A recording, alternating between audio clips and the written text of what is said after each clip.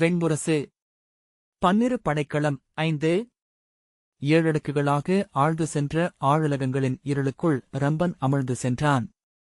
தன் அரண்மனையின் படுக்கையில் படுத்திருந்து வெளியே மரங்களில் காற்று ஓடும் ஒலியை கேட்டுக் கொண்டிருப்பதாக அவன் ஆழ்வுள்ளம் மயங்கியது.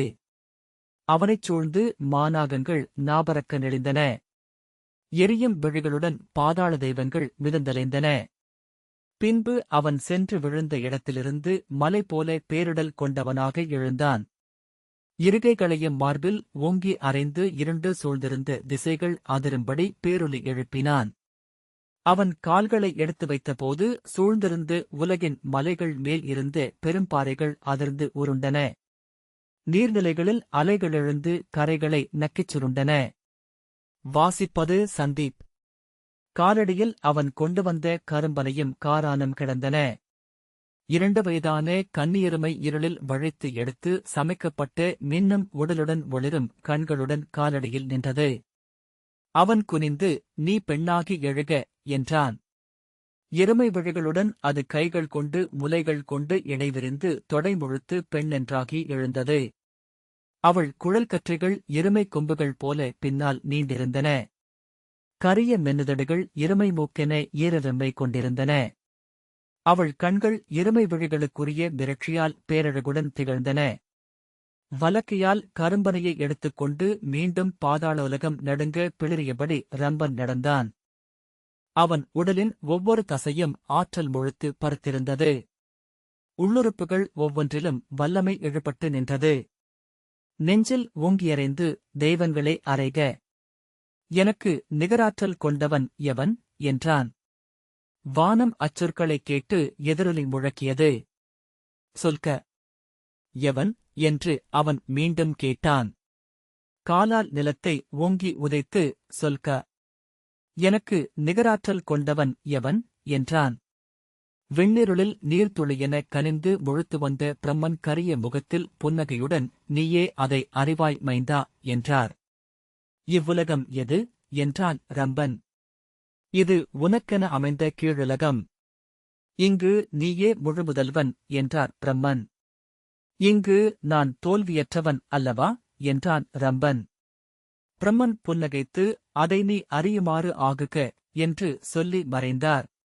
இருளால் ஆன மலைகள், இருளேயான மரங்கள், இருட்சிறகுள்ள புட்கள், இருள்குவிந்த விலங்குகள், இருள் ஒழுகும் ஆறுகள், இருள் அலைக்கும் சுனைகள் கொண்ட அவ்வுலகில் பிறிதொருவனின்றி அவன் வாழ்ந்தான்.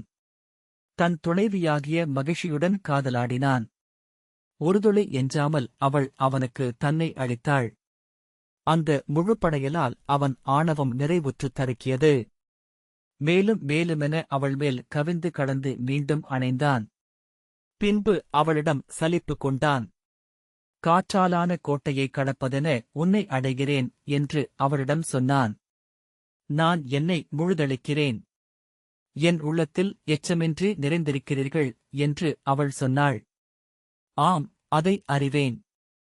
ஆனால் ஒரு சிறு தடை எனக்குத் தேவை. நான் உடைத்துச் செல்ல ஒரு வாயில், தாவிக் கடக்க ஓர் அகழி" என்றான். அவள், "என்னுள் அவை எவையும் இல்லையே அரசே" என்றாள். ஒவ்வொரு முறை அவளுடனிருக்கையிலும் அவன் கேட்டான், "உன்னுள் இல்லையா ஒரு துளி நச்சு, ஒரு தீப்பொறி?"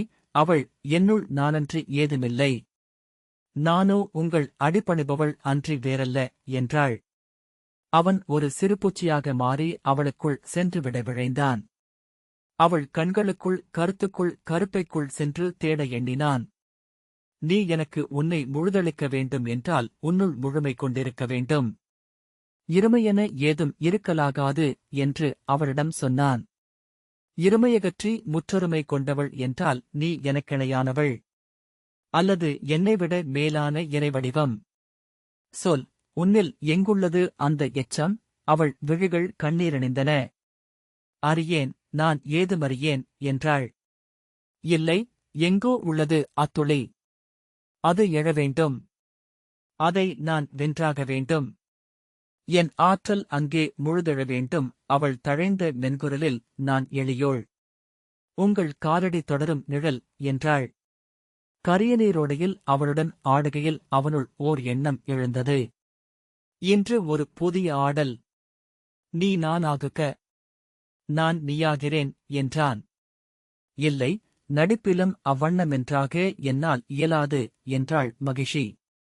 இது என் ஆணை என்றான் ரம்பன். அவள் பணிந்தாள். நீ என்னைப் போல் பேருருவும் முழுவலிவும் கொண்டவள் என எண்ணுக. உன் தோள்கள் எழட்டும். உன் நெஞ்சு விரியட்டும். உன் குரல் முழங்கட்டும் என்றான் ரம்பன். அவள் நடுங்கியபடி என்னால் இயல்வதல்ல அது என்றாள். நான் சொல்வதைப் போல் நடி. நீ எனக்கு அடிபணிந்தவள் என்றால் என்னை மகிழ்வி என்றான் ரம்பன். ஆண்.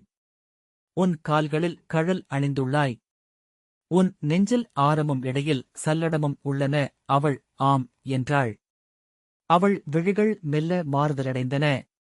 நீ ஆள்பவள். வென்று செல்பவள். எங்கும் பணியாதவள். கொள்பவள். கொன்று உண்டு வளர்பவள். நீ அன்றி பிறிதை ஏற்காதவள். நீ மட்டுமே எஞ்ச நின்றிருப்பவள். அவள் ஓம் என்றபோது அது எருமையின் உருமலோசை போலிருப்பதாக ரம்பன் எண்ணினான். உள்ளத்தின் ஆழத்தில் ஏதோ ஒன்று அசைந்தது. அச்சமா என அதை நோக்கி வியந்தான். ஆம் என்று தோன்றியபோது அங்கு வந்தது முதல் அறியாத இனிய பதற்றம் ஒன்றை அடைந்தான்.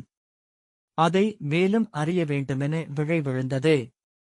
நீ நிகரற்றவள். நீ சூழ்பவள். மையமும் ஆனவள். அவள் மேலும் உரக்க உருமினாள். அவள் கூந்தலிழைகள் எருமைக் கொம்புகளென்றாயின. கைகளிலும் கால்களிலும் பருத்த கரிய குழம்புகள் எழுந்தன. அச்சத்துடன் ரம்பனின் உள்ளம் பின்வாங்கிக் கொண்டே இருந்தது.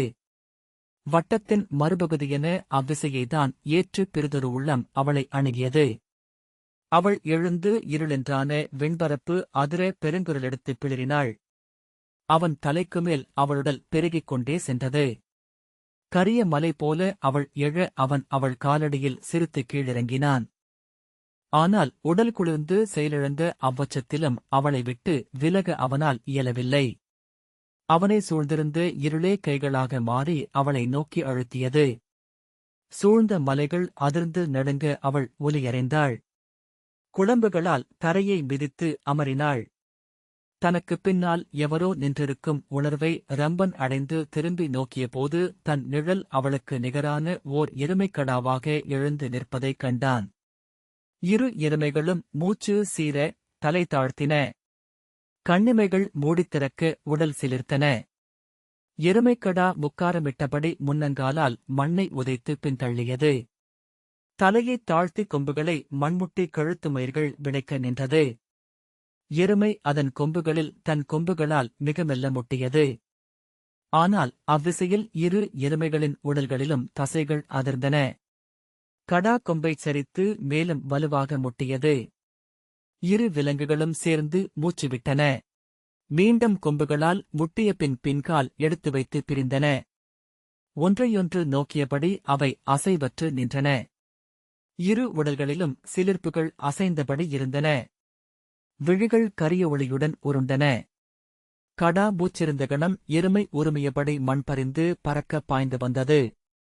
அவ்விசையில் முன்னால் பாய்ந்த கடாவின் பெருந்தலையில் எருமையின் நெற்றி இடியோசையுடன் முட்டியது. அவ்வதிர்வில் இரு விலங்குகளும் அசைவற்று நின்று உடல் துடித்தன. பின்னர் பாய்ந்து பின்வாங்கி மீண்டும் பேரொலியுடன் முட்டின. கொம்புகளைக் கோத்தபடி கால்கள் மண்ணில் ஆழப்பதிந்து கிளற, வால்கள் சுழல, சுற்றிச் சுற்றி வந்தன. பிரிந்து மீண்டும் மோதிக்கொண்டன. மீண்டும் மீண்டும் மோதித் தளர்ந்தபோது நீள்மூச்சுகளுடன் நின்றன. எருமை கடாவின் முகத்தை நீலநாக்கை நீட்டி நக்கியது. கடா மூக்கைச் சுளித்து வெண்பற்களைக் காட்டி முனகியது. எருமை தன் விலாவை கடாவின் முகத்தில் உரசியபடி ஒழுகி வளைந்து பின்பக்கம் காட்டியது. முகர்ந்து மூச்செறிந்த கடா காமம் கொள்ளலாயிற்று. அக்கணம் எழுந்த பெருஞ்சினத்துடன் ரம்பன் அதை நோக்கிப் பாய்ந்தான். தன் பனை மரத்தடியால் கடாவை ஓங்கி அறைந்து கூச்சலிட்டான். சினந்து திரும்பிய கடா அவனை தலைசரித்து கொம்பால் குத்தி தூக்கி வீசியது. அவன் அலறியபடி மல்லாந்து மண்ணில் விழுந்தபோது உருமலோசையுடன் பாய்ந்து வந்து குனிந்து மேலும் குத்திக் கொம்பில் தூக்கி மும்முறை சுழற்றி வீசியது. விலாவெலும்புகள் உடைந்து நெஞ்சக் குலையும் குடல் தொகுதியும் பிதுங்கிச் சரிய தன் வெங்குருதி மேலேயே ரம்பன் விழுந்தான். தன் குருதியின் மணத்தை அறிந்தவனாக இருளில் விழித்துக் கிடக்கையில் எங்கோ ஓர் அரண்மனை சேக்கையில் நோய் கொண்டு கிடப்பதாக கனவு கண்டான். அவன் கண்முன் இருளுடன் இருள் சேர்வது போல எருமைகள் இணை சேர்ந்து கொண்டிருந்தன. தன்னினைவு அணைந்தபோது மகிழ்ச்சி தன்னருகே குருதியிலாடி உடல் சிதைந்து கிடந்த ரம்பனைக் கண்டு அதிர்ந்தாள். நெஞ்சிலும் தலையிலும் அரைந்தபடி கதறி அழுது இருள் பரவிய பாதாள வழியில் சுற்றி வந்தாள். தெய்வங்களே, எங்குளான் என் கொழுநனின் கொலைஞன்? எவர் கொண்ட பழி இது என்று கைநீட்டி கூவினாள். தலைமயிர் பற்றி இழுத்து பற்கள் இறுகக் கடித்து, கணவனில்லாத உலகில் நான் வாழ்வதில் பொருளில்லை. தெய்வங்களே, என் உயிர் கொள்க என்று அலறினாள். எருமைத்தலையுடன் கருநீர் மணிவிழிகளுடன் இருளில் எழுந்த அவள் மூதாதை தெய்வம், நீ நம் குலத்து மைந்தனை கருக்கொண்டிருக்கிறாய் என்றது. இல்லை, நான் கருக்கொள்ள மாட்டேன். என் கொழுநனைக் கொன்றவனை பழிகொள்ளாமல் நான் உயிர் வாழ மாட்டேன் என்றாள் மகிஷி. மூதாதை தெய்வம் முக்காரமிடும் ஒலியில் நகைத்து, உன் கொழுநனைக் கொன்றவன் உன் கருவில் எழும் மைந்தன். அவன் பெயர் மகிஷன் என்றது. அக்கணமே அவள் அவனைக் கண்டதை நினைவுகூர்ந்தாள். திகைத்து, எந்தையரே என்று வீறிட்டாள். என்ன இது, என்ன இது என்றாள். புன்னகைத்த எருமை மூதாதை, அவன் வெற்றி கொள்பவன், நம் குடிச்சிறப்பை நிலைநிறுத்துபவன் என்றார். அவனை வெறுக்கிறேன். அவனுக்கு ஒரு துளியும் முலையூட்ட மாட்டேன் என்றாள் மகிஷி. ஆம், அவனுக்கு அன்னை முலை உண்ணம் ஊழ் இல்லை என்று புன்னகைத்தார் மூதாதை. உண்ணாத முலைப்பாலுக்கென அவன் அலைவான். அன்னையால் கைவிடப்பட்டவன் அன்னையை தேடியலைவான். அடைந்து அவள் அடிசேர்ந்து முழுமை கொள்வான். மகிழ்ச்சி சீரும் மூச்சுடன் ஈன்று மண்ணில் விழுந்தால் அவனை அரைக்கண் திரும்பி நோக்கவும் நான் மறுப்பேன். தொப்புள் கொடியை பிடுங்கி வீசிவிட்டு விலகிச் செல்வேன் என்றாள். ஆம், அவன் தன் குருதிக் கொடியைத்தான் முலையென சப்பி உண்பான் என்றபின் எருமை மூதாதை மறைந்தார். அவள் இருளில் அமர்ந்து அழுதாள். ஒவ்வொரு கணமும் என தன் வயிறு எடை கொண்டு வருவதை உணர்ந்தாள். அச்சமும் தயக்கமும் கொண்டு தன் வயிற்றின் மேல் கை வைத்துப் பார்த்தாள். உடல் மெய்ப்பு கொள்ள நீள்மூச்சு விட்டாள். மைந்தா என்று தன்னுள் என அழைத்தாள். உடனே தன்மேல் ஒரு நோக்கை உணர்ந்து திரும்பிப் பார்த்தாள். அங்கே எரிவழிகளால் அவளை நோக்கியபடி இருவர் நின்றிருந்தனர். கரிய உருவம் கொண்டவனை அவள் அடையாளம் கண்டு கொண்டாள். திகைப்புடன் எழுந்தபடி, தாங்களா என்றாள். வெறுப்புடன் நோக்கியபடி, ஆம், என் குருதியை நீ உண்டாய் என்றான் ரம்பன். இல்லை, நானறியேன். நானறிந்து எப்பிழையும் இயற்றவில்லை என்று மகிஷி அழுதாள். உன்னில் எழுந்த தெய்வம். ஆனால் விறகிலெழும் தழல் அதனுள் தளிரிலேயே குடிகொண்டது என்றான் ரம்பன். தன்னருகே நின்றிருந்த உயரமற்ற மெலிந்தவனைச் சுட்டி, என் உடன்வயிற்றன் இவன். இவனை உண்டவளும் நீயே என்றான். கரம்பன், ஆம், என் உடன்வயிற்றனின் உடலில் ஓர் எண்ணமென நுண்வடிவில் நானுமிருந்தேன். அவர் குருதிக்கூழனை சிதைந்தபோது நானும் அழிந்தேன் என்றான். அவள் கைநீட்டி மறுத்து, இல்லை, இல்லை, என்னை பழி சொல்லாதீர். நான் பத்தினி என்பதை நெருப்பறிய ஆணையிடுகிறேன் என்றாள். நெருப்பறியாதவற்றை நீர் அறியும்.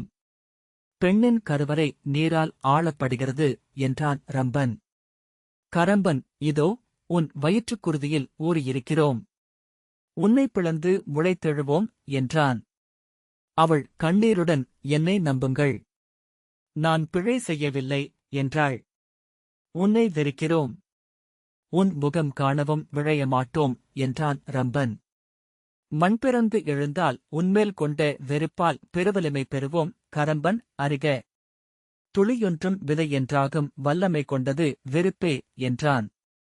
அவள் கைகூப்பி கண்ணீர் விட அவர்கள் மறைந்தனர். அவள் தன் வயிற்றை சுமந்தபடி தனிமையின் இருளில் கண்ணீர் வழிய அமர்ந்தாள். தன்னுள் கருவளர்ந்து முழுமை பெறும் வரை மகிழ்ச்சி இருளில் முற்றொடுங்கி ஒற்றைச் சொல் மட்டும் துணை நிற்க அமர்ந்து தவம் செய்தாள். எண்ணறிய கனவுகளால் அவள் சுழற்றியடிக்கப்பட்டாள். இருளலைகளின் பெருக்குக்கு மேல் எழுந்த குருதியொளியை இடியோசையுடன் கண்டாள். 1000 சுருள் கொண்ட கண்ணங்கரிய நாகமென அவள் சுருண்டு கிடப்பதாகவும் அச்சுருள்களுக்குள் இருந்து 3 மரங்கள் முளைத்தெழுவதாகவும் உணர்ந்தாள். குருதி பெருகியோடும் பெருநதி ஒன்றில் அவள் மெல்லிய படகில் சென்று கொண்டிருந்தாள். அப்படகின் நெஞ்சத் துடிப்பை உணர்ந்து குனிந்து நோக்கினாள். அது ரம்பன் என்று உணர்ந்து விதிர்த்தாள். பின்னர் அது ரம்பகரம்பன் எனும் இரட்டையுடல் என தெளிந்தாள். நீருக்குள் பெருகி நிறைந்த மீன்களெல்லாம் தன் விழிகள். நீர்ப்பரப்புக்கு அப்பால் எழுந்த காட்டின் மரங்களாக நின்று ஆடிக்கொண்டிருந்தவை கரிய நாகங்கள். எங்கோ குருதி ஓர் பேரருவி என விழுந்து கொண்டிருந்தது. அதன் சாரலை நோக்கிச் சென்றது படகு. பின் அவளை தன் கைகளால் பற்றிக் கொண்டு அருவிப் பெருக்கில் நனைந்து வழுக்கும் பாறைகளில் தொற்றி ஏறி மேலே சென்றது. அப்பாறை பரப்புகள் தசையென அதிர்ந்து கொண்டிருந்தன. மேலேறிச் சென்றபோது அப்பெருக்கால் சூழப்பட்ட கரும்பாறைக்கு மேல் அமைந்த ஆலயம் ஒன்றைக் கண்டாள். அதை நோக்கி 4 கால்களால் நடந்தது அவள் ஊர்ந்த அவ்விலங்கு. இரட்டைத் தலைகளால் பெருமூச்சு விட்டது. அது காலூன்றி கைதொட்டு பாய்ந்து சென்ற பாறைகளனைத்தும் எருமையுடல்கள். தலையறுந்தவை, அள்ளிக்குவிக்கப்பட்டவை. அருந்த தலைவாய்களிலிருந்து கொழுங்குருதி ஊறிப்பெருகிக் கொண்டிருந்தது. வளைக்கொம்புகளுடன் எருமைத் தலைகள் குவிக்கப்பட்ட மேட்டில் அமைந்திருந்தது அவ்வாலயம். மின்னும் விழிகளும் குழைந்து ஓரம் செறிந்த தடித்த நாக்குகளும் சோழி நிறையென வெண்பற்களும் சாணியுருட்டி வைத்தது போன்ற கருமுக்குமாக குவிந்திருந்த எருமைத் தலைகள் மேல் ஏறிச் சென்றது அவள் ஊர்தி. எருமை மூச்சுக்களின் ஆவிவெம்மை. அவற்றின் தொண்டைக்குரல் கமறல். மேலே சிற்றாலயத்தின் கருவறைக்குள் தேவி அமர்ந்திருந்தாள். கால்களில் அவுடர் நிறைகளின் அறுபட்ட தலைகள் குருதியுமுழும் செந்நாவுகளுடன் குவிந்திருந்தன. கணுக்கால் கழலில் கண்மணிப் பரல்கள் மின்னின. அடுக்காடை, இடைமேகலை, உருண்ட குழுமுலைகள், மண்டையோட்டு மாலை. 8 பெருங்கைகளில் பாசமும் அங்குசமும் மழுவும் வாளும் வில்லும் அம்பும் அடைக்கலமும் அருளும்.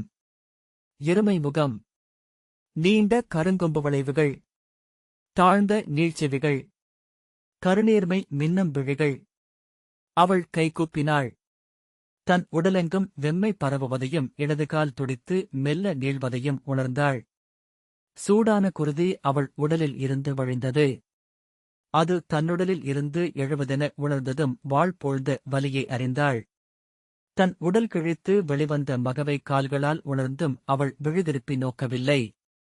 2வது மைந்தன் எழுந்தபோது கைகளைப் பற்றி இறுக்கி கண்மூடிக் கொண்டாள். 3வது மைந்தன் வெளிச்சென்றபோது தன்னுள் நிறைந்த வெறுமையை உணர்ந்து நீள்மூச்சுடன் கண்மூடிக் கொண்டாள். குளிர்ந்த காற்றெனத் தெரிந்தது அவ்வெறுமை. அக்குளிர் உடலில் படர்ந்து கால்விரல்களை விரைக்கச் செய்தது.